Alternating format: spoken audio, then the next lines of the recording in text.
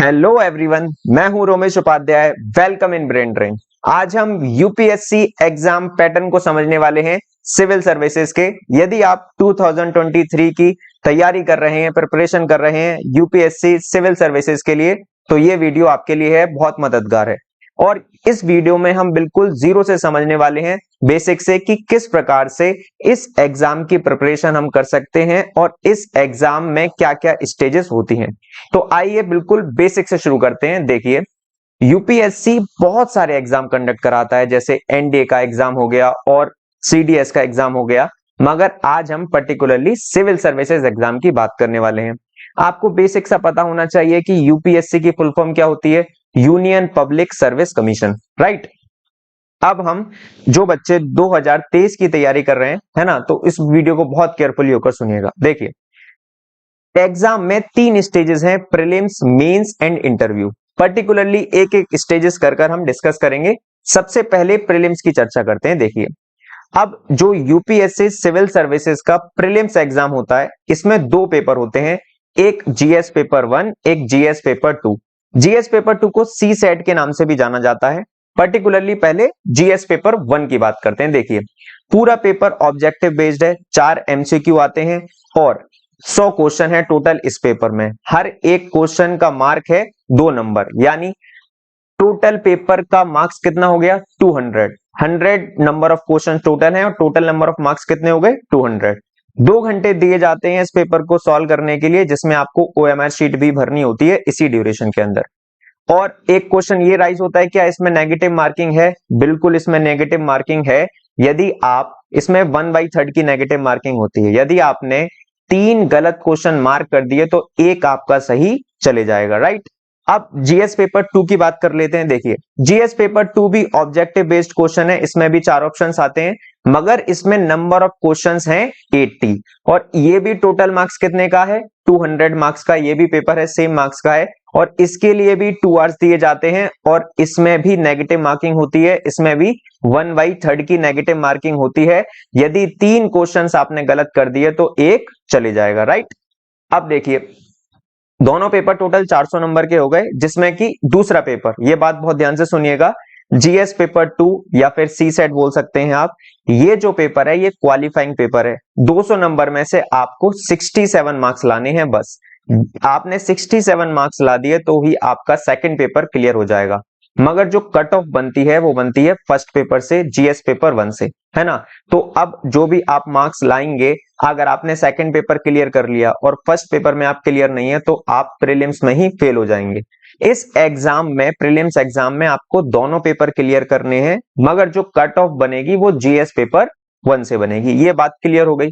अब इसका थोड़ा सा सिलेबस देख लेते हैं। देखिए, अभी प्रीलिम्स का जो सिलेबस है यूपीएससी ने बहुत कम बता रखा है, बहुत मतलब शब्दों में दिया हुआ है आपको। इसके लिए आपको पर्टिकुलरली बुक्स पढ़ना पड़ेगा, वहां से टॉपिक्स के सब टॉपिक्स निकालने पड़ेंगे, तब आप एक मेजर सिलेबस की तरफ पहुंच पाएंगे।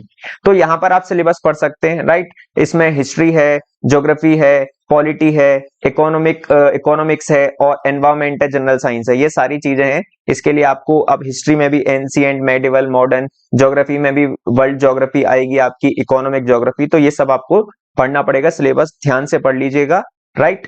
अब सी सेट का सिलेबस क्या है, 10th तक का मैथ आता है, रीजनिंग आती है और कॉम्प्रिहेंशन आता है। इसमें इंग्लिश के कुछ पैराग्राफ्स आते हैं, वहां से आपको ऑब्जेक्टिव बेस्ड रहते हैं, वहां से आपको ऑप्शंस टिक करने होते हैं और आंसर निकालना होता है। आप सिलेबस मतलब लाइन टू लाइन पढ़ लीजिएगा बहुत केयरफुली होकर, क्योंकि अभी सिलेबस का डिस्कशन करेंगे इस वीडियो में तो वीडियो बहुत लेंथी हो जाएगी। नेक्स्ट देखिए, नेक्स्ट बात कर लेते हैं मेंस की। अब ये है दूसरी स्टेज, सिविल सर्विसेज एग्जाम की दूसरी स्टेज होती है मेंस, राइट। अब इसमें कितने पेपर होते हैं, क्या होता है, इसको समझने की कोशिश करते हैं। देखिए, अब 2 पेपर हैं, एक पेपर ए और एक पेपर बी। ये दोनों ही पेपर क्वालिफाइंग पेपर हैं, इनके कोई भी नंबर नहीं जोड़े जाते। एक इंग्लिश कंपलसरी पेपर है, आपको एक पेपर होगा बिल्कुल इंग्लिश में देना पड़ेगा, सब कुछ वैसे ही सिंपल से क्वेश्चन आएंगे उसमें, और 33% चाहिए होते हैं इसमें पास होने के लिए, ठीक है। 300 नंबर का है, 300 का आप 33% निकाल लीजिए, उतने नंबर आपको चाहिए। सेम कंपलसरी इंडियन लैंग्वेज, अब आप हिंदी चूज कर सकते हैं, तमिल चूज कर सकते हैं, संस्कृत, वॉटएवर, जो भी आप चूज करना चाहते हैं, कोई भी एक लैंग्वेज वो चूज कर सकते हैं। तो ये जो 2 पेपर हैं, इनके मार्क्स एड ऑन नहीं होते, मगर ये क्वालिफाइंग है ना। जैसे अभी हमने जीएस पेपर 2 की बात करी थी, यदि आपने उसको क्वालिफाई नहीं किया तो आप स्टेज सेकंड में एंटर ही नहीं कर पाएंगे। उसी प्रकार से यदि ये 2 पेपर आपने क्वालिफाई नहीं किए तो आप मेंस में फेल हो सकते हैं, इनके मार्क्स ऐड नहीं होंगे, राइट। अब ये जो पेपर है रिमेनिंग, इन सब के मार्क्स ऐड ऑन होते हैं। पेपर 1 को हम बोलते हैं ऐसे, है ना। ऐसे 250 नंबर का होता है, 3 घंटे मिलते हैं लिखने के लिए आपको, और 2 ऐसे लिखने पड़ते हैं। Paper 2 GS1, paper 3 GS2, paper 4 GS3 और पेपर 5 GS4। अब इनका सबका सिलेबस अलग अलग है। यूपीएससी ने बिल्कुल मेंस के लिए सिलेबस अपनी वेबसाइट पर अपलोड कर रखा है, वहां से जाकर आप क्लियरली देख सकते हैं। अभी हम थोड़ा सा सब्जेक्ट वाइज डिस्कस कर लेंगे कि जीएस पेपर 1 में मेजरली कौन से सब्जेक्ट है, GS2 में कौन से मेजरली सब्जेक्ट हैं, उनको हम डिस्कस कर लेंगे अभी, ठीक है। देखिए, उसके बाद ये जो 2 पेपर हैं ऑप्शनल, ये आप चूज कर सकते हैं। बहुत सारे सब्जेक्ट होते हैं जैसे सोशियोलॉजी, ज्योग्राफी, इकोनॉमिक्स, जो भी आपको अच्छा लगता है पढ़ने में, इंटरेस्ट आ रहा है तो वो आप चूज कर सकते हैं। और ये सारे जो पेपर हैं सब 250 नंबर के हैं, सबके लिए आपको 3 घंटे मिलेंगे लिखने के लिए, राइट। देखिए, आप थोड़ा सा यहाँ पर सिलेबस GS1 में क्या क्या आता है, आर्ट एंड कल्चर आता है, हिस्ट्री आती है, ज्योग्राफी आती है और इंडियन सोसाइटी के बारे में आता है। ये मेजरली ये 3 सब्जेक्ट्स हो गए। उसके बाद GS2 में गवर्नेंस आएगा, कॉन्स्टिट्यूशन, पॉलिटी, सोशल जस्टिस और IR यानी इंटरनेशनल रिलेशन। GS3 में आता है technology, environment, biodiversity, security and disaster management. ये मेजरली सब्जेक्ट हो गए GS3 के, राइट। अब GS4 एथिक्स का पेपर होता है, इसमें टोटली इंटीग्रिटी, एप्टीट्यूड और जो भी ऐसे हमारे गांधी जी ने जो भी नैतिक कार्य किए उनके बेसिस पर क्वेश्चंस पूछे जाते हैं। तो ये मेजरली आपके GS4 जो पेपर हैं उनके मेजरली सब्जेक्ट हो गए जहां से क्वेश्चंस आते हैं यूपीएससी सिविल सर्विसेज में। नेक्स्ट देखिए, आप ऑप्शनल क्या चूज करें। ऑप्शनल आप कुछ भी चूज कर सकते हैं, बहुत सारे ऑप्शनल हैं, यूपीएससी की वेबसाइट पे हैं, वहां से जाकर आप देख सकते हैं जिसमें आपका इंटरेस्ट है। कोई भी ऑप्शनल चूज करिए जिसमें पढ़ने में मजा आ रहा है ना। और ये भी 250 नंबर के 2 पेपर होंगे, और ऑप्शनल पेपर बहुत क्रूशियल होता है यूपीएससी में यदि आपको अच्छी रैंक पानी है तो। इसलिए आप ऑप्शनल पढ़ते वक्त थोड़ा ध्यान से पढ़िए, क्योंकि बहुत अच्छे मार्क्स मिल जाते हैं ऑप्शनल में। लास्ट स्टेज होती है यूपीएससी एग्जाम में, सिविल सर्विसेज एग्जाम में, इंटरव्यू, है ना। अब इंटरव्यू का कोई भी पैटर्न नहीं, सिलेबस नहीं है यूपीएससी की वेबसाइट पर। इंटरव्यू के लिए कोई भी सिलेबस आपको नहीं मिलेगा। बस इसमें क्या करना है, आपको अपनी पर्सनैलिटी को जज करना है, उसके बारे में ही पढ़ना है कि आपने शुरू से लेकर अभी तक क्या क्या किया है, आपके आसपास जो चीजें हुई हैं वो किस प्रकार से हुई हैं, क्यों हुई हैं। और जैसे आपने जो ऑप्शनल चूज किया है उसके बारे में क्वेश्चंस पूछ लिए जाते हैं, आपकी पर्सनैलिटी के ऊपर क्वेश्चंस पूछ लिए जाते हैं। पर्टिकुलरली इंटरव्यू का कोई भी सिलेबस नहीं मेंशन है यूपीएससी की वेबसाइट पर, राइट। तो ये 3 स्टेजेस हो गई।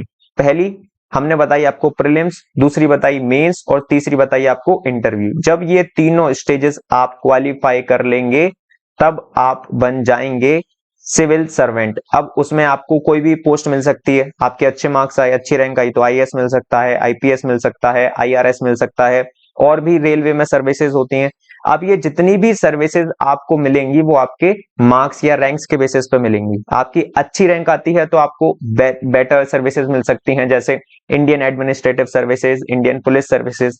मार्क्स कम होंगे तो ऑटोमेटिकली आपकी रैंक कम होगी, तो आपको जो निचले और की सर्विसेज होती हैं, जैसे रेलवे में होती हैं और भी बहुत सारे डिपार्टमेंट्स में होती हैं, डिफेंस डिपार्टमेंट में होती हैं सर्विसेज।